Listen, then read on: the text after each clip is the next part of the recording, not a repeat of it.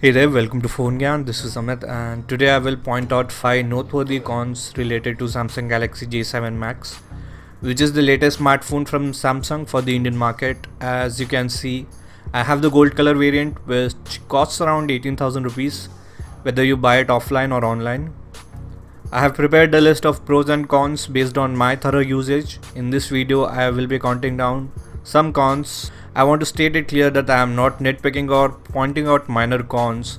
I am going to tell you serious problems that you might face, which will have consequences or limitations to your usage of the phone if at all one of you decided to buy it.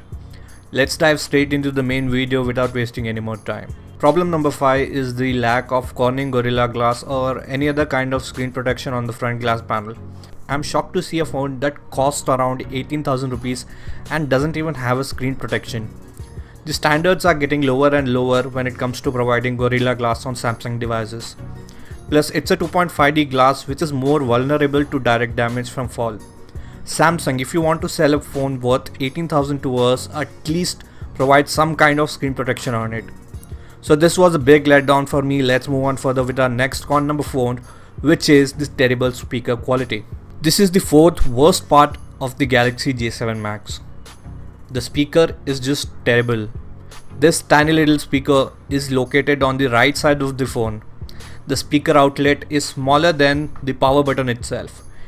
It was previously implemented on the J7 Prime. The volume is so low that I couldn't even hear myself while watching my video on YouTube. Here is a sample audio compared to my Redmi Note 4. Check it out.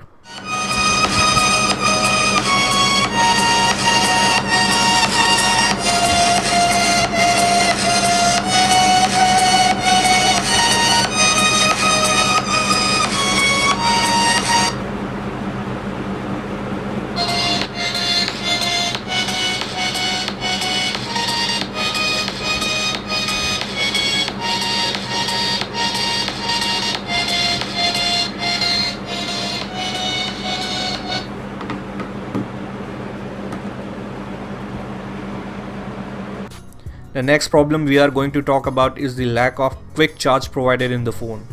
It takes almost 3 hours to charge the phone fully even with my quick charger. Let me remind you, it has a massive display and a not so power efficient MediaTek processor and an average 3300 mAh battery. With the name Max, I expected a bigger 4000 mAh battery on the phone, but sadly this is not the case here, so I can live with a mediocre battery life as long as I am able to charge my mobile quickly. And sadly, no quick charging is provided. No quick charging, average battery capacity and not so power efficient processor makes this the costliest phone to feature none of these features and still call itself Max. So moving on further, let's talk about the second con, which is the general lag in UI and while playing games. The phone comes with MediaTek Helio P20 processor, which is an octa-core processor running on A53 cores at 1.6 GHz. While navigating or multitasking, I experienced lag here and there all around while using it. Although it's minor, it hinders the performance and smoothness aspect of the phone. App openings are quick, but there is a severe stuttering while scrolling through apps such as Twitter and Facebook. While playing Asphalt 8 at high graphics settings, you can see the constant stuttering of frames. I was getting around 15 to 20 FPS while playing Asphalt 8, and that in my opinion is not fun to play.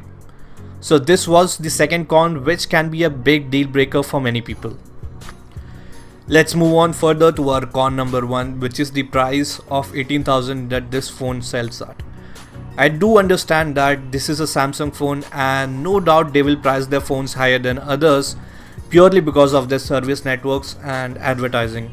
But even for a Samsung, this is quite a stretch.